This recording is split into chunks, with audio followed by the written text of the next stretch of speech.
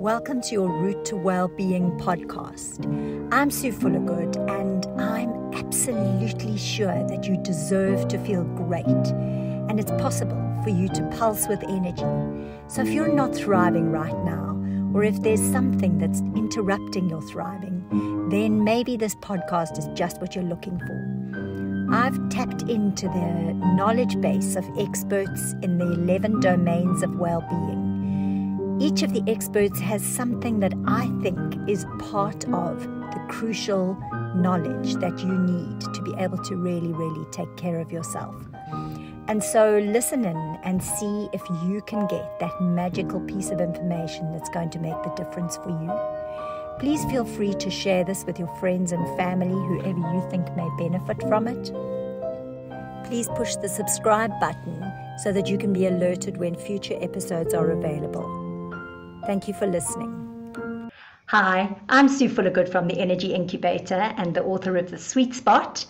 And I'm so excited this afternoon to have with me Ilse Alberts, who is somebody who has been a huge part of my life. She probably doesn't know it, but she's the voice in my head many times and has guided me in so many things that have been big parts of my life, especially raising my children. And so I couldn't be more excited to have some time to download some of the incredible wisdom that sits in Ilse's head and heart and mind and life. And so I'm going to ask you if you would mind, Ilse, introducing yourself. And then I will, once they know a little bit about you, the listeners, then I will backtrack and tell them how we came to know each other. So can I hand you the microphone and will you tell us all about you? Thank you, Sue, and thank you for this opportunity. I feel very privileged. So I think at this stage of my life, my biggest accolade is I'm the grandmother or the Oma of two amazing granddaughters. Married, obviously have grown-up children, and the reason for my very short hairstyle is I am going through chemo, and one of the side effects of some chemos is hair loss. Fortunately, I didn't lose all my hair. I just lost clumps and clumps of hair, so much so that I had to go and shave it. And number 3. But it's starting to grow, and I can even do it in a side path now, which is very exciting. So I live in the beautiful Western Cape in the Winelands. I am a psychologist and a human behavior specialist. Have been a lifelong student of life, wanting to understand the incredible power that we have through our minds and how we can apply the power of our minds. And of course, I have the biggest opportunity now on this new journey that I am. You sure do. My goodness. So Ilse and I first came to know one another when she was running a parenting course called Powerful Parent, Powerful Child, and I was a brand new mom. And so with all my enthusiasm, I signed up on her course, which really opened my mind to so many things that I probably would never have come across had it not been for you, Ilse. And then we landed up both doing some life-changing retreats, Turning Point and Joy Spring and the Mile. And then Ilse and I sat together on a meditation circle for many years, actually. So I have been blessed to really come to understand a lot of all that you have downloaded from your studies of life. But I have most deep respect for this latest part of your learning journey. And I would love to tap into some of the learnings if you would be willing to share it with us this afternoon. But can you tell us a little bit more, Ilse, about the journey that your career has taken and I know there have been many changes in the way that you've worked and the way that you've thought. Can you tell us a little bit more about that? Yes, I started as a traditional psychologist. I've always been in private practice, and my biggest achievement was when I opened a psychology center where I ended up with 15 psychologists working at the center, and we were serving families and individuals. The name of my center was Bella Vida, means beautiful life. And I said that I dedicated my life to building and helping people to build a beautiful life and have powerful families. Hence the parenting workshop, Powerful Child, Powerful Parent, Powerful Child. Powerful is a word that I love to use because we have the opportunity to experience how powerful we are, even when we feel the most powerless. So I did sell Bella Vida Therapy Center in 2014, went back to being one-man show. And when I was diagnosed with cancer in August 2022, I realized I am not able to continue serving my clients because I had to now put all the focus and attention on my own healing process. And it came to a very abrupt halt, forced early retirement, wasn't ready for it, still miss it, loved offering my service, and busy learning that the biggest one to serve now is myself, which is an incredible new learning. Because as a health professional, I am so used to serving others and focusing on others. You know, you're one as yourself. I have also, over the years, specialized in many different specialized fields. I became a specialized play therapist. I later on from 2006, I started to immerse myself in the work of the human behavior specialist, Dr. John DeMartini. And over a period of 8 years, I trained to become one of his master facilitators. It has definitely changed my life significantly. And it is now the very foundation on how I lead my life. When I started to embrace the work of my mentor, the way that I helped and approached my service to my clients also changed. So there's been a lot of transformation over the years in how I help people from very traditional to becoming really empowered in human behavior and understanding how the universe is working and the laws of life. And if we apply that in our lives, we start to become more powerful and we take part in the manifestation of how our lives unfold, even if we have the biggest challenges that we didn't want to invite.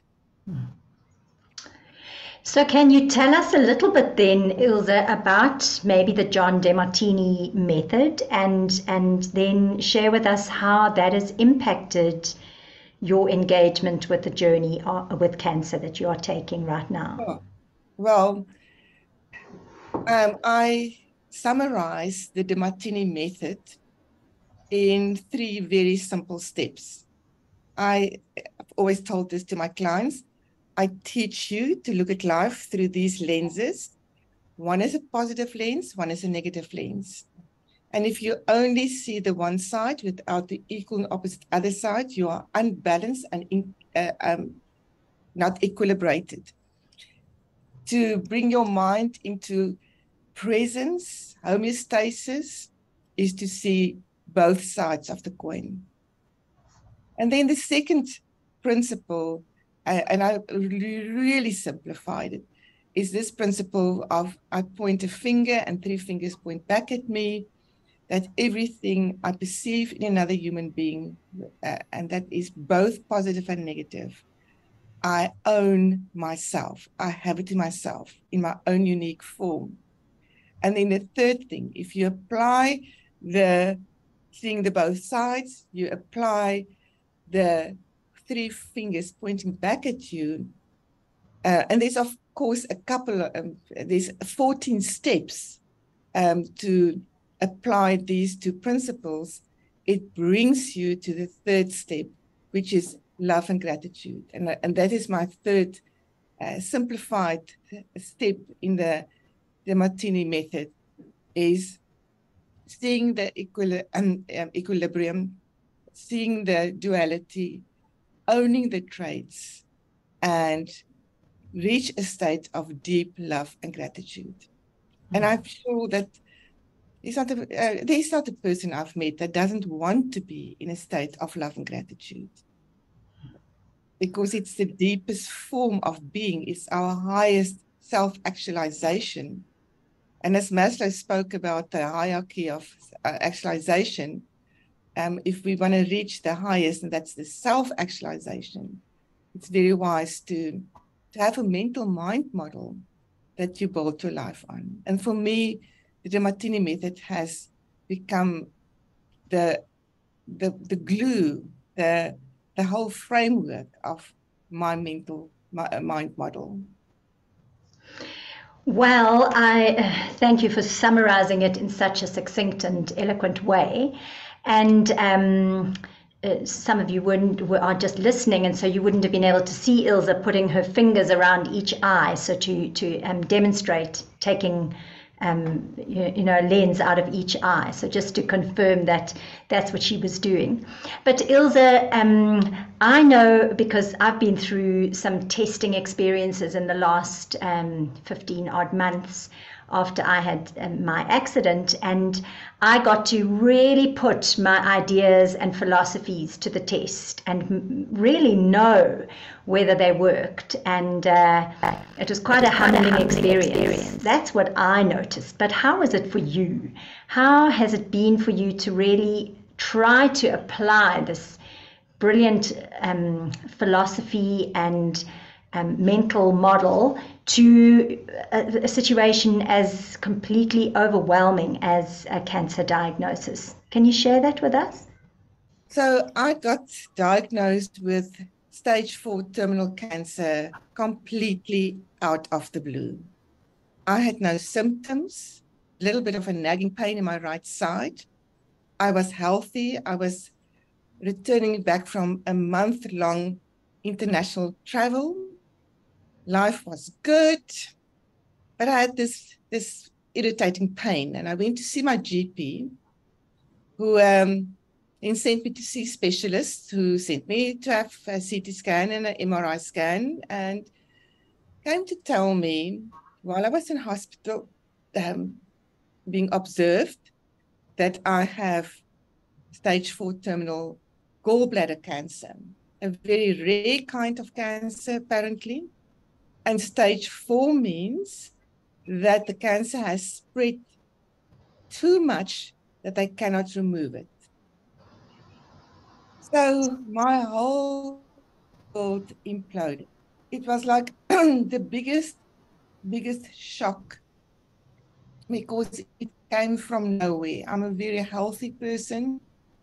I've been training 4, 5, 6 times a week for up to 45 years.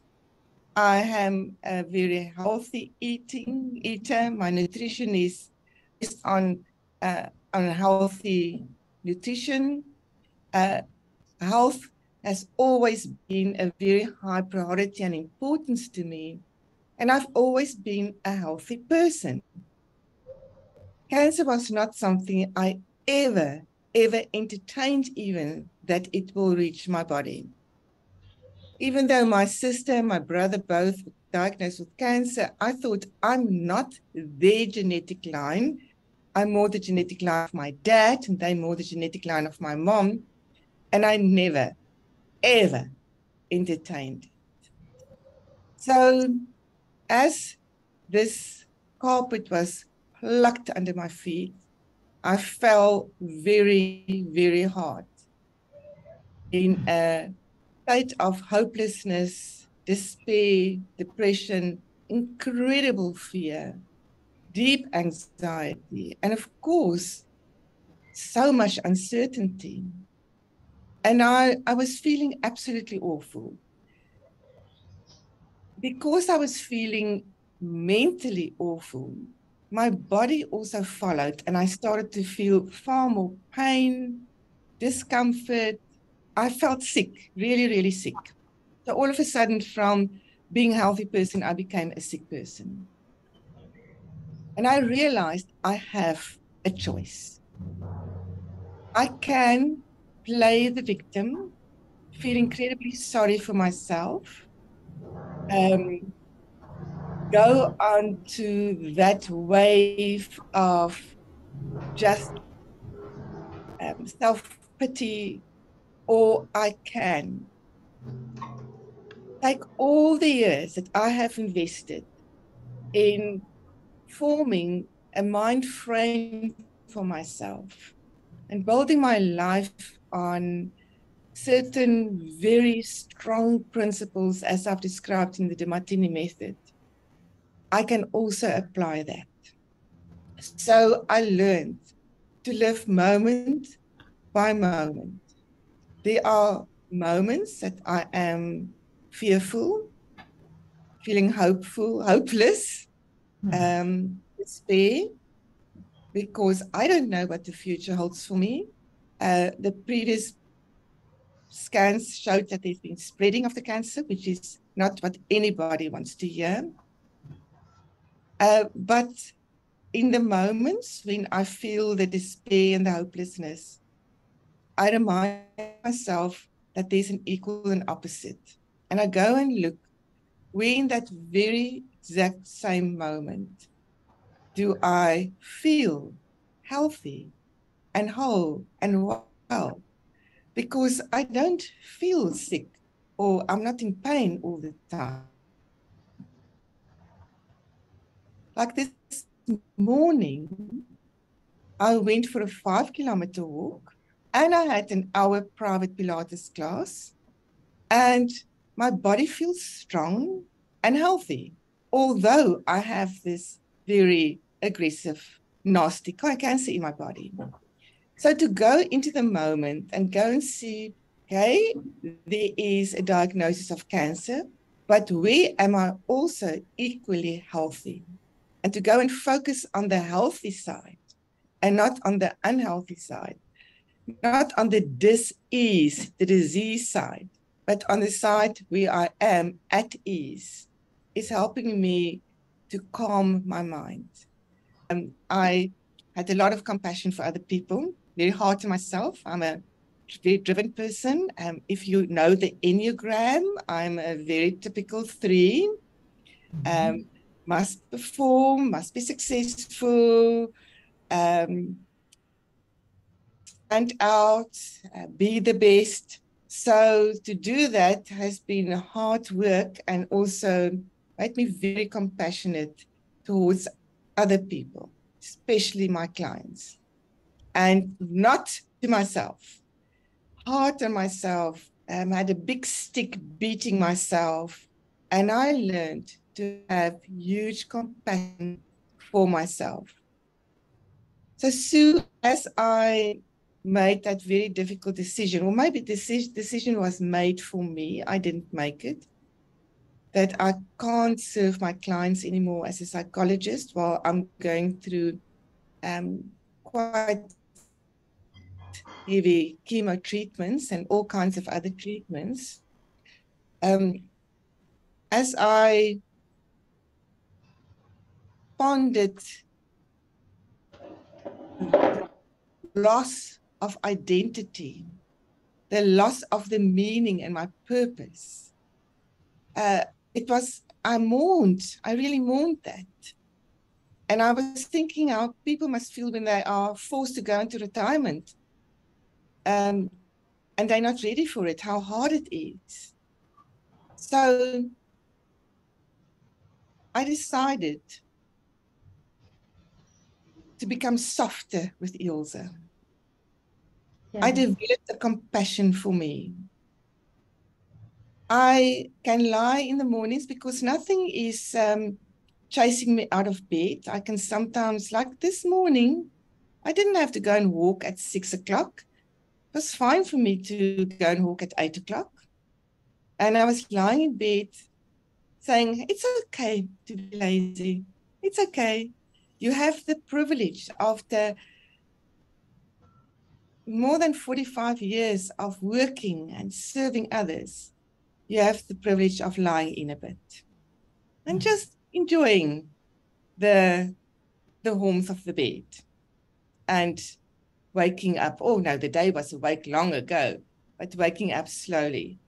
So that's one example of me where I'm softer with myself. After chemo, when I become very fatigued, because at times I'm very fatigued, I give myself absolute permission to go and lie down and sleep. As I repeat my mantra to me over and over, it brings me into a moment of grace, which is meaning my mind is stable, can see both sides, and is equilibrated. I love what you're saying about two things that I want to highlight. One is that you have a choice in every moment of every day. And yeah, I mean, that is the most empowering thought you can possibly bring, I have no doubt. And then secondly, that it's moment by moment. And instead of saying, I'm having a bad day, you could say, I'm having a bad moment. And having the grace maybe to allow those bad moments to exist as you use your choice to shift them into different moments.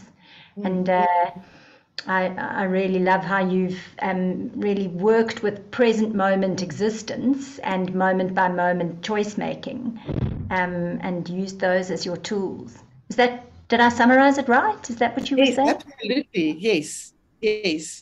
To be very mindful in the moment of where both sides of the coin, where you can see it.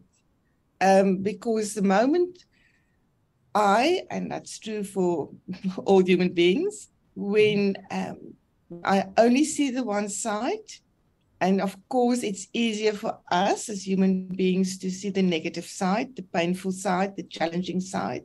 I only see that side. My life is miserable. It's really miserable. And I don't like myself. I don't like to be in that mindset. It's hard work to keep on choosing moment by moment what I want to focus on. But the rewards are great because my mind settles down, my heart rate comes down, I'm sure my blood pressure is fine then, and I feel more in a state of grace and hope.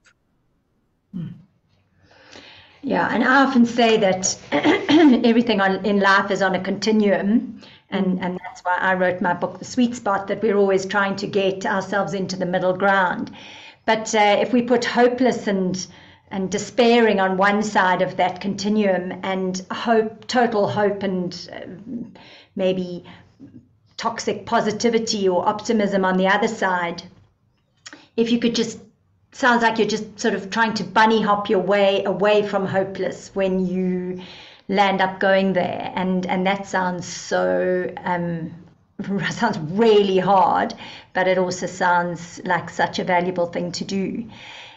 Ilse, quite a lot of mindfulness is focused on compassion. And I would love you to talk a little bit around compassion and how you've used that to work with your suffering. The old-driven, success-driven, performance-orientated Ilse would have said, pull yourself together. You can't go and sleep in the middle of the day. But the Ilse that is compassionate with Ilse is saying, it's okay. You had strong chemo. Your body is fighting the cancer. go and lie down and go and have a good sleep, because your body is asking for it. That's a big shift for me. That sounds amazing. And I'm all about compassion is what heals, and rest is what heals. So I love to hear that you are using those. Ilse, have you got any techniques that you can suggest to the listeners for how to be more compassionate with yourself? That sounds, but how the hell do you do that is often the question. I think it is more that very thing that we all strive for, and that is to learn to love ourselves and to know that I am both broken and whole. I am sick and I'm healthy. I am hard on myself and I'm compassionate. It's a choice. It's absolutely a choice. And I choose to be soft and gentle with myself. I know very well how to be tough on myself, how to be hard, how to be driven. But I've learned to go and sit in the garden and just listen to the birds without feeling I have to do something. It's been an incredible learning process for me because I'm a doer. I can't sit and do nothing. And now big part of my day that's been filled with serving my clients is now filled with nothing. So it's okay for me to sit and read a book. That's a form of compassion. I give myself permission to be soft with Ilse. That's my technique. I am learning a complete new and different way of being with myself. Wow. And sorry. It's not that important that I have to exercise every day. There are times that it's okay to not. And that is, my husband always teased me and said the exercise police is sitting in our bedroom, watching me in the morning and saying, come, you'll go to exercise jail if you don't get up and exercise now. That exercise police is not there anymore. I now go for my walks, or I go for a gym session because I feel like it. I know that it will make my mind stronger. I will feel good after it. I'm going to go and walk in this beautiful environment that I live, looking at the mountains. I mean, I live in the most beautiful part of our country. And to be embracing that. I don't exercise now anymore because I have to stay fit and healthy. I exercise now because it's good for my mind. And it's softer. It's much more softer. I love it. And it's a hard habit, if you like, to change, that habit of always being driven and always striving and always pushing forward and being productive. And I really am hearing that you've made great strides as you've engaged with this journey. It's funny how it takes a real challenge to help us to change the habits, our lifetime's habits, and to change the way we engage with ourselves so often. Well, it's been working so well for me because I became successful. I had the fruits of my drivenness, but now that's not important anymore. It doesn't count anymore. And I think I know a big lesson that I'm busy learning is that I am Ilse for who I am. I'm not Ilse, the well-known psychologist. I'm just Ilse. And I am daily fighting a disease. We call it there's a disease in the body. because I'm doing it now for myself, for my loved ones, for my beloved husband and children and granddaughters and my family and my friends, because the alternative is not an option for me. As long as I have any form of say, and I don't have a say, but I have a say in how I manage and deal with things. And that helps my family to feel far more comfortable, because I see I'm dealing with my situation in a way that inspires them. They tell me how inspired they are by me. I'm sure, and all of us are inspired listening to you as well. So Ilse, if you had a message for your younger self, could you share with us what that message would be, or would that not be something relevant for you? I think, Sue, I would say to my younger self, do exactly what you did, because it was important for you then. It was of high importance and priority to you then. It gave you everything that you wanted. But my older self is saying, that's not important anymore. And there are now a whole new aspect of life for me to unfold and unpack and get to know. And that is the gentleness and the softness and the self-nurturing, the self-love, the calmness, the lack of drive. My drive now is to stay as healthy as I humanly possibly can through using my mind, because I know our bodies follow our minds. And I know in the beginning, when my mind was all over the place in an absolute shambles, my body followed with shambles and pain and discomfort and nausea. I don't have that now. Because the equilibrium in my mind, the balance in my mind that I have moment by moment, not all the time, is helping my body to also feel stronger. And I want to emphasize that. It's not a prolonged period of time that I feel like that. It's a moment by moment. Which is really a rare experience, given, you know, what most people experience with chemotherapy and with cancer. So your sort of superpower, if you like, here seems to be your ability to choose, and your ability, obviously, to apply, finding the duality and the equilibrium in your mind. Can you see how your life journey has prepared you for this moment that you're experiencing? I mean, is that something that's brought you a lot of gratitude? Well, I have had quite a number of big challenges in my life, and every challenge has given me more skills, more of the ability to navigate my life in a more masterful, powerful way.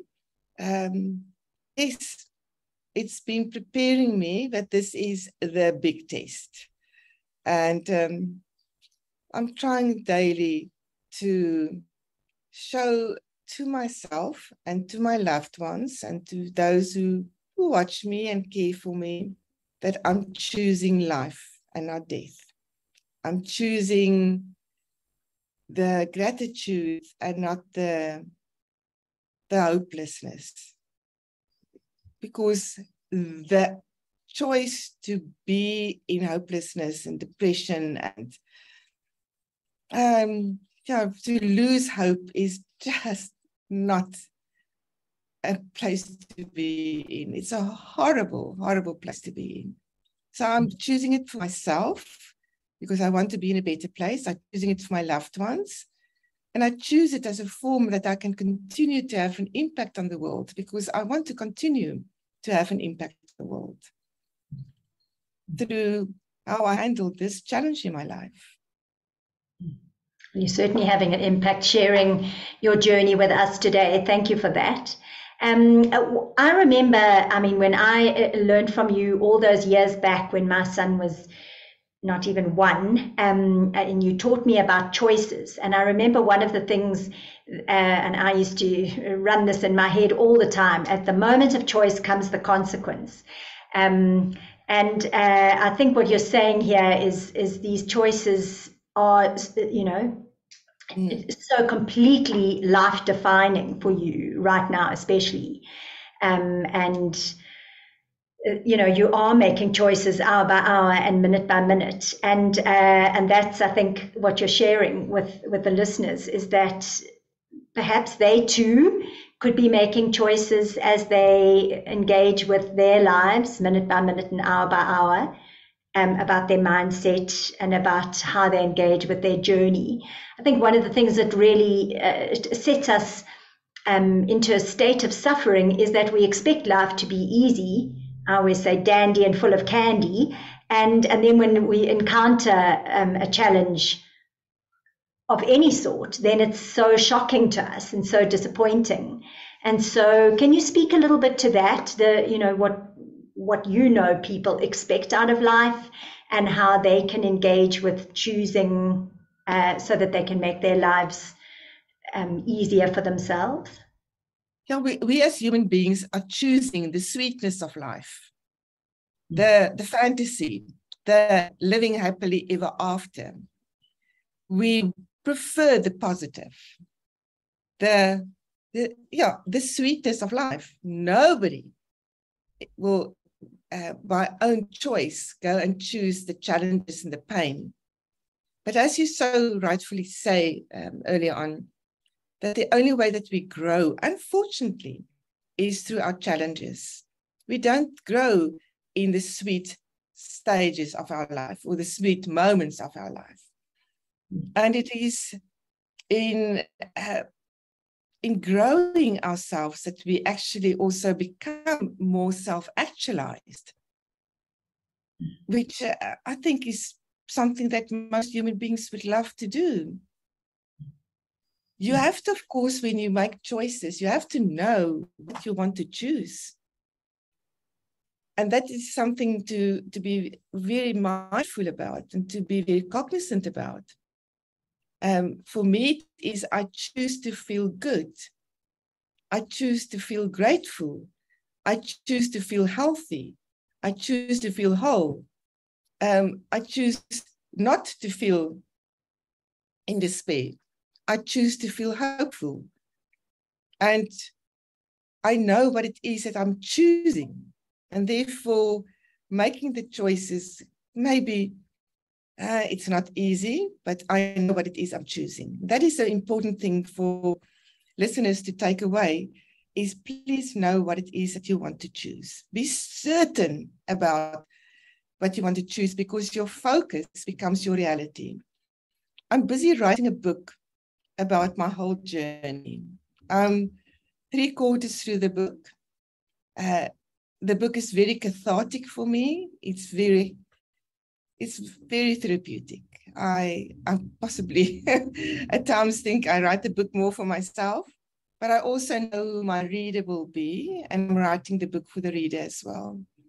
And I'm writing about my journey in a raw, very vulnerable form, but I'm also sharing in how I am moment by moment having some form of conquering the challenge, or maybe not conquering the challenge, just equilibrating the challenge. So it's to love yourself no matter what. Love yourself no matter what. And wow, I mean, as if that, I mean, that should be so easy, and yet that's the ultimately most difficult thing to do, I think, and what eludes most of us, to be frank, in our lifetime. For sure, yes. Yes. And what I'm hearing you say is, apart from learning to love yourself more and treat yourself with more compassion and be softer with yourself, you've also engaged and encountered parts of yourself that maybe you hadn't needed to encounter up until this time. Hidden parts of you that had never needed to be drawn on, let's say. Is that right to say? That's very, very, very correct. Of course, as you go into your journey of climbing the Mount Everest, which is very symbolic for me because I did trek up to Base Camp Everest, that it is step by step. You cannot, nothing can prepare you for it. Doesn't matter how fit you are, you become fit while you're trekking up. And it is just step by step that you get to the top. And you can't run up. Nobody can do it for you. Nobody can carry you up. You have to do it yourself. And in learning how to do it yourself, you learn about yourself. And I am definitely discovering things about myself I didn't know before. Good and the bad things. Of course. Yeah. Of course. I also wanted to ask you, Ilse, have you got some suggestions or words of wisdom for caregivers of people suffering stage 4 cancer or any other difficult to deal with disease? Yeah, I will rather want to talk about the loved ones because I don't feel I need any caregiving. But my loved ones are my caregivers because I care deeply about me. And to know that they're all going through their own journey. It's tough, it's hard, it's frightening for them as well. We as a family, I have 3 grown-up children. We've had many, and they live in different parts of the world. We had many Zoom sessions with them, checking in with them as a family, giving them the opportunity to share their emotions, to be very honest and open about where they are. We got them some help as well. Each one of them, myself and my husband included, did make use of other DeMartini facilitators to help us. The children all had some help as well. And I said to my son who lives in Belgium, I said to him as I spoke to him this morning, that I want him to know that I will be honest and open with him. I know that he's worried about me because he doesn't live close to me, he doesn't see me daily. I'm not going to hide things from him. If I'm not well, I will tell him. So I said to him, please trust me that I will be honest with you. I'm trying to be as honest as possible with each and every one. I don't need to protect anyone now. I don't have to minimize any of my loved ones. I'm not pretending. I'm leaning heavily on them because I need their love and their care. I need them to be here for me. My husband is my absolute rock, but I'm also not keeping him back from living his life because he doesn't have the diagnosis of cancer.